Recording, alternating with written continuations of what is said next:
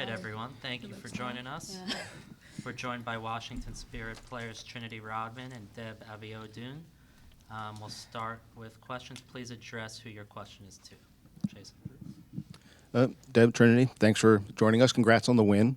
Trinity, I wanted to start with you on both goals. It seemed like it was kind of the product of the tactics at play, sort of building to that point where you were able to find the opening and exploit it. What did you see playing out that opened the door for those chances?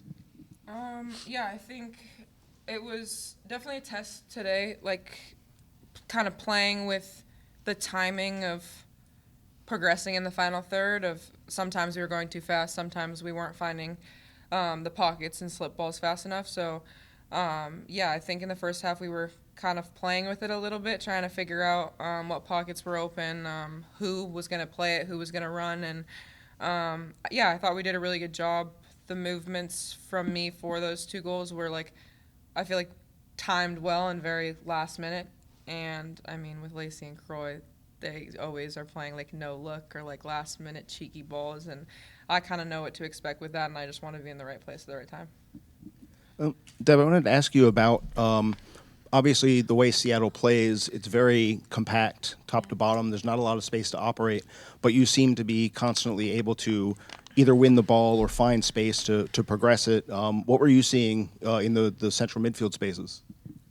I would say, like, before the game, we kind of have, like, we had a tactical and technical, discussion, and the coaches did a great job to, like, identify those, like, what would happen.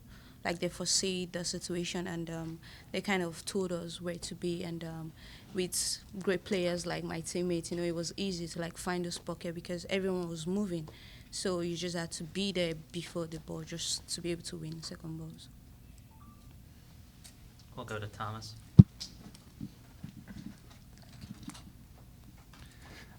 Trin, obviously you've been building over the last month. In addition to the two goals, your first full 90 in quite some time today.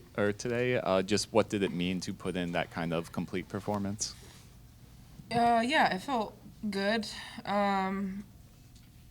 I think I'll always not feel satisfied if I come out of the game. Like, I want to play, as everybody else on the field wants to. So, yeah, for me, I want to have quality and quantity, and it's been, again, just kind of figuring out just a balance between that. And today I felt like I showed both, which I'm really excited about and hopefully can continue to do. But at the same time, we have great players coming off of the bench, and we have such dangerous people in attack, and just a lot of diversity and people that are able to interchange if me or other players that would normally play 90 don't. So, yeah, I'm happy either way. Thanks. Hi there. Deb, question for Yep. you. I know this was your first full 90 here in a league game, and it felt like you were playing with a lot of almost like a veteran level of play. How much was there any sort of feeling that you had to, like, overcome a bit of pressure to get in the game? And I guess how natural did it feel to be out there?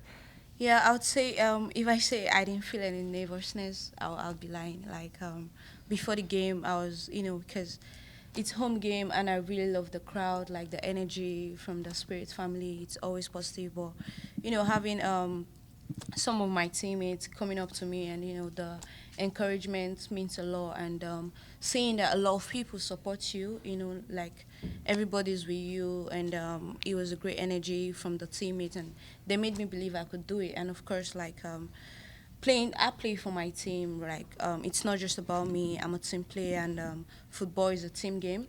So I feel like putting my team first and just trying my bit. And it is a great team, So just being able to play amongst great players bring out the best in you.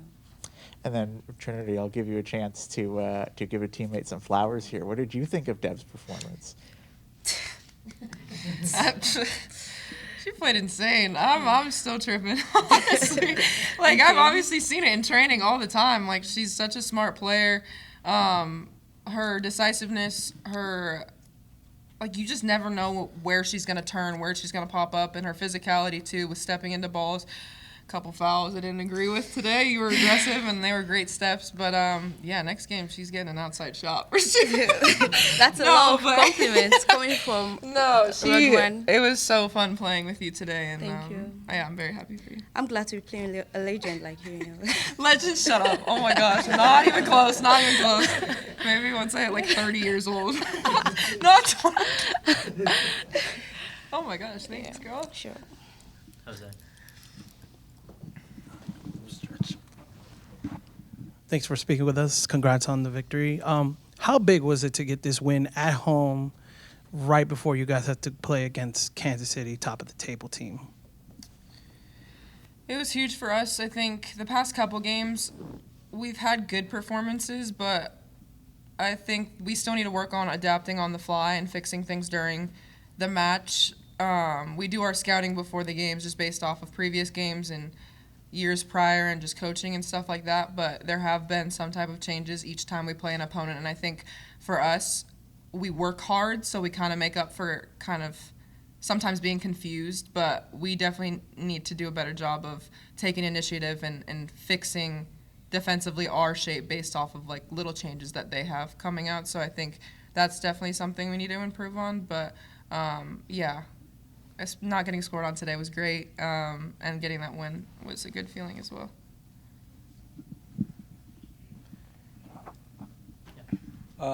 Thanks for speaking up with us, guys. Dev, I just wanted to say, amazing performance today. Really put in a great shift. Thank you. All over the field today. You got that goal midweek.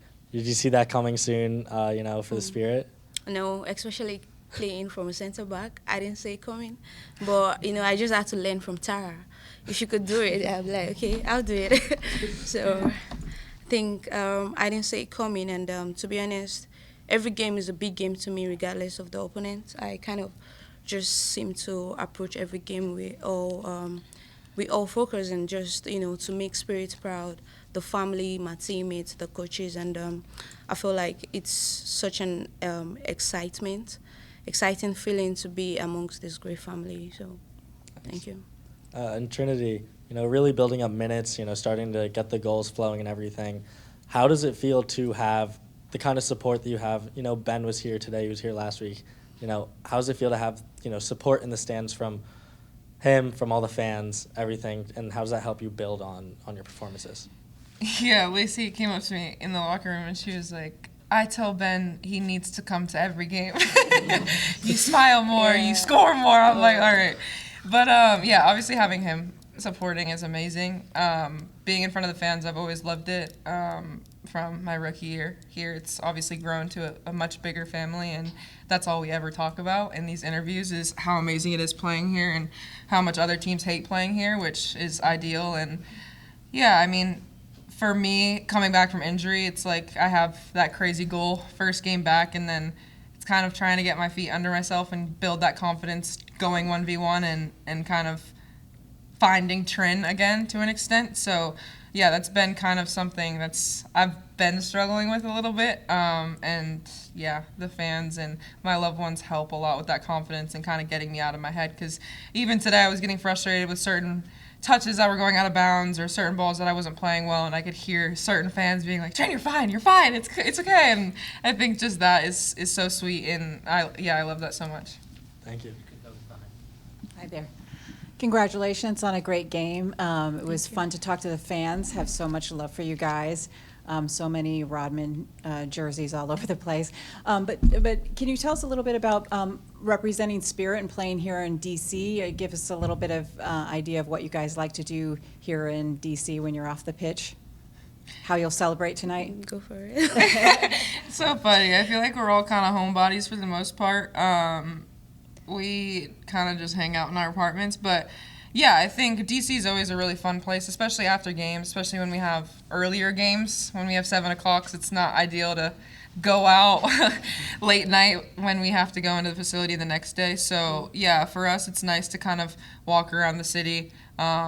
there's like really nice, just like chill beer gardens around where you can kind of just sit in a booth with the team after, kind of debrief and hang out outside of the soccer environment. So that's really cool. And then obviously you see some of our players going to like different sporting events and stuff like that. So we try to get out, but for the most part, we have our little Snapchat group chat. We're sending videos in our apartments or in our houses of us just doing silly stuff. She lives on TikTok lives. Yeah, we're pretty chill, honestly. Yeah. Oh, well, I encourage you to get out to some of the Yeah. great spots in DC. Take two more. We'll go to the front. Okay, so I talked to some of your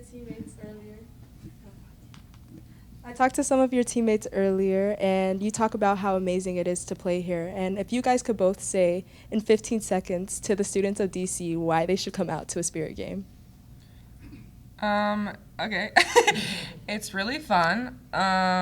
You'll make a lot of friends. You'll want to scream really loud for us, and we have really creative players where you'll probably do a lot of oohs and ahs for. Hopefully get inspired. And we have beautiful players as well. We have beautiful players. We have great players. We have people that would love to connect with the fans. You know, it's like home. You would feel welcomed. Thank you. Yeah.